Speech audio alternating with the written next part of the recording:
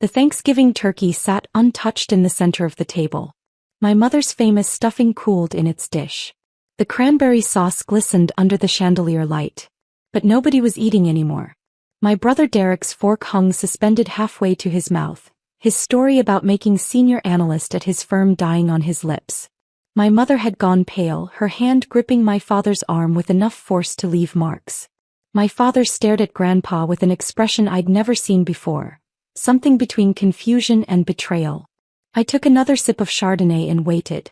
The house on Riverside Drive, Grandpa continued cheerfully, cutting into his turkey. What a steal that was at $310,000.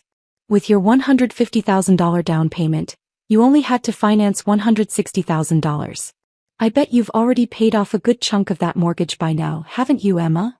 Dad, my mother said carefully, her voice tight, I think you're confused. Emma doesn't own a house. Grandpa's bushy eyebrows rose. Confused? Margaret, I may be 78, but I'm not senile. I helped Emma with that down payment myself back in 2015. Wrote the check personally. The silence stretched.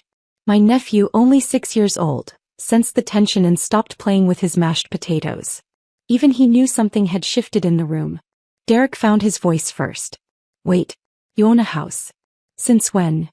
Since June 2015, I replied evenly. A 3-bedroom colonial with original hardwood floors, updated kitchen and a backyard big enough for a garden.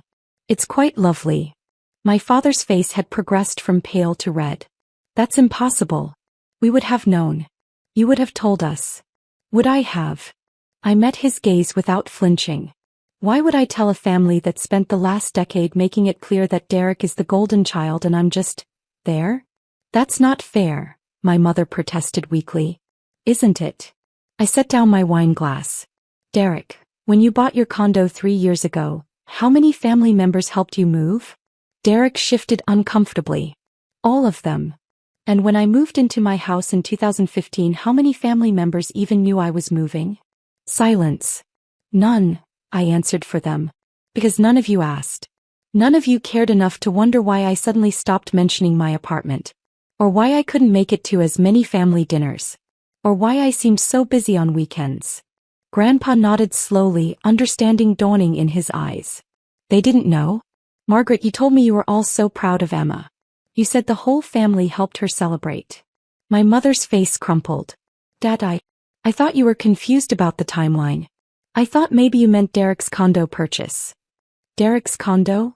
Grandpa's voice sharpened. I didn't give Derek money for his condo. I gave Emma $150,000 from my retirement savings because she came to me with a solid plan, excellent credit, and a mature approach to homeownership. Unlike some people who spent their 20s partying and calling me for bail money. Derek flushed. That was one time and I paid you back. After 3 years, Grandpa shot back. Emma paid me back in 18 months. With interest. Even though I told her it was a gift. This was news to my parents.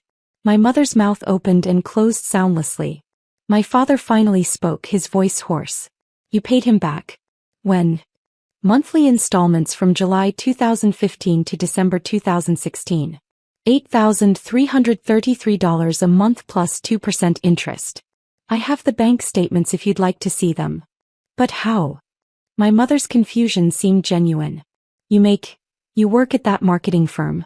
You can't possibly make enough to afford a mortgage and pay Grandpa back that quickly. I make $87,000 a year, I said calmly. I received a promotion to marketing director in 2017, which brought me to $102,000. My current salary is $118,000 plus annual bonuses averaging $15,000. But you wouldn't know that because you've never asked about my career. You just know I work at that marketing firm. Derek's promotion to senior analyst, the one he'd been bragging about for the last 30 minutes, came with a salary of $95,000. I watched that realization dawn on his face. $118,000? My father repeated. That's more than I make. Yes, it is. My mother reached for her wine, her hand trembling. Emma, this doesn't make sense. If you've been doing so well, why didn't you say anything? I leaned back in my chair, studying the family I'd grown up with, the people who'd raised me, who'd somehow managed to look through me instead of at me for most of my adult life. I tried. In the beginning, I tried so hard. My voice remained steady, matter of fact. I called to tell you about my first promotion. You were busy planning Derek's graduation party.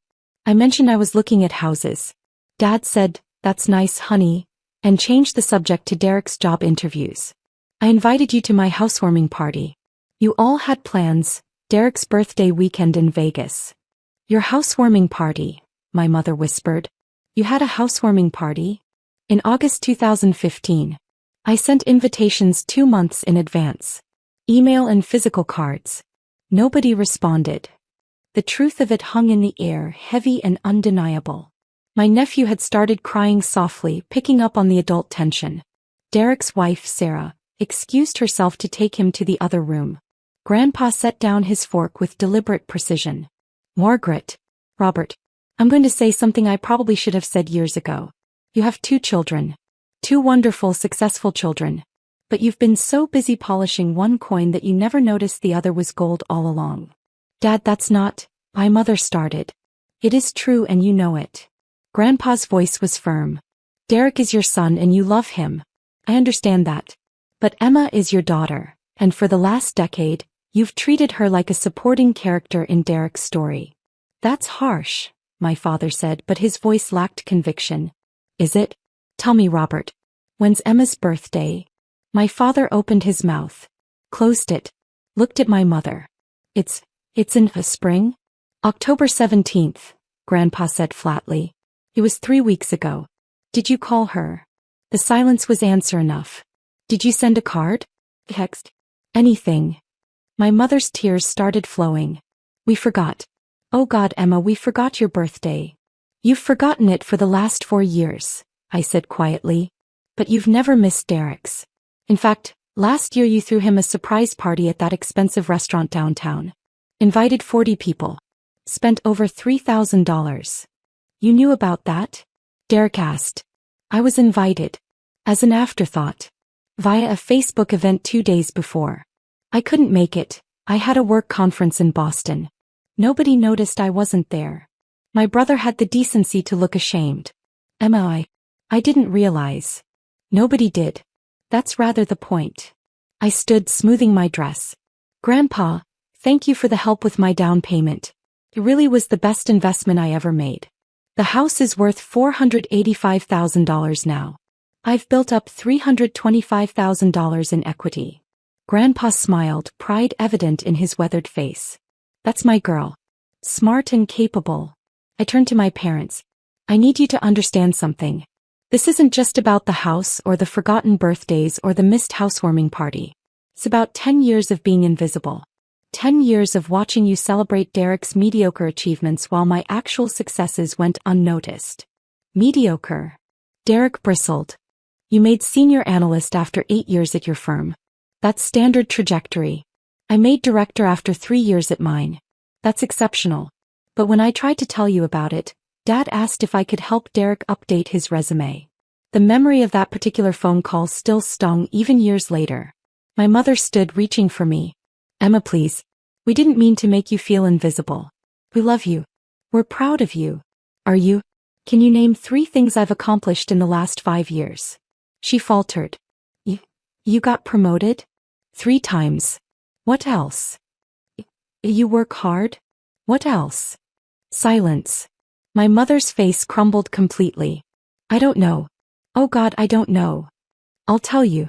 I earned my MBA while working full-time. I ran a half marathon and raised $12,000 for charity. I launched a mentorship program for young women in marketing that's now operating in 6 cities. I bought a house. I paid off all my student loans. I built a life. My voice didn't rise, didn't crack. Just stated facts. And you didn't notice any of it. My father's voice was hoarse. Emma, we're sorry. We're so sorry. We didn't realize that I existed as anything other than Derek's less interesting sister? I picked up my purse.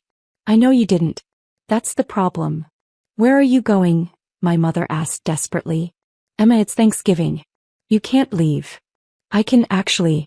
I have friends coming over at 6. People who know me, who celebrate with me, who remember my birthday. Friends. Derek sounded genuinely surprised. You never mentioned friends. I mention them constantly. You just never listen. I pulled out my phone, showing them my Instagram feed, full of hiking trips, dinner parties, game nights, vacation photos with people they'd never met. I have a whole life you know nothing about. Grandpa stood, hugging me tightly. You're coming to my place for Christmas, right? Just the two of us like we planned. Wouldn't miss it. I'll bring the cookies. We had plans for Christmas, my mother said weakly. As a family. You have plans with Derek's family, I corrected. You always do. I'm usually an afterthought, invited out of obligation. Grandpa and I have been doing our own Christmas for 3 years now. You never noticed I stopped coming to yours. The shock on their faces would have been funny if it weren't so tragic. Derek found his voice. 3 years. Emma, why didn't you say something? I did. Every time. Sorry, I have other plans. You all assumed it was work. Nobody asked what plans or with whom, or if I'd like to be included in different arrangements. You just said "foy" and moved on. I walked toward the door, Grandpa beside me. Behind us, my mother's sobs echoed through the dining room. My father sat frozen, his untouched plate before him. Derek stared at his hands. Emma, wait, my mother called. Please. We can fix this. We can do better. Just give us a chance. I paused at the doorway, looking back at the family that had somehow forgotten I existed. Maybe. Someday. But not today. Today, I'm going home to my house that you've never seen, to have dinner with friends you've never met, to continue the life I built without you. That's not fair, Derek protested. You can't just cut us off. I'm not cutting you off. I'm just stopping the pretense that we're close. You have my address. You've had it for 10 years. You've never once asked to visit. You have my phone number. You could call anytime. You don't. I shrugged. I'm just acknowledging what's already true. I'm not important to you. And I'm finally okay with that. Grandpa and I walked out together, leaving behind the cooling turkey and the family that had never quite seen me. In Grandpa's car, I let out a long breath. That was harder than I expected. But necessary, Grandpa said, patting my hand. You can't keep breaking yourself to fit into spaces that weren't made for you. Did you plan that? The announcement at dinner. Maybe a little. He grinned sheepishly. I've watched them overlook you for too long. Figured it was time someone shined a light on what they've been missing. Thank you, Grandpa. Don't thank me yet. They're going to call. A lot. They're going to want to make amends. I know.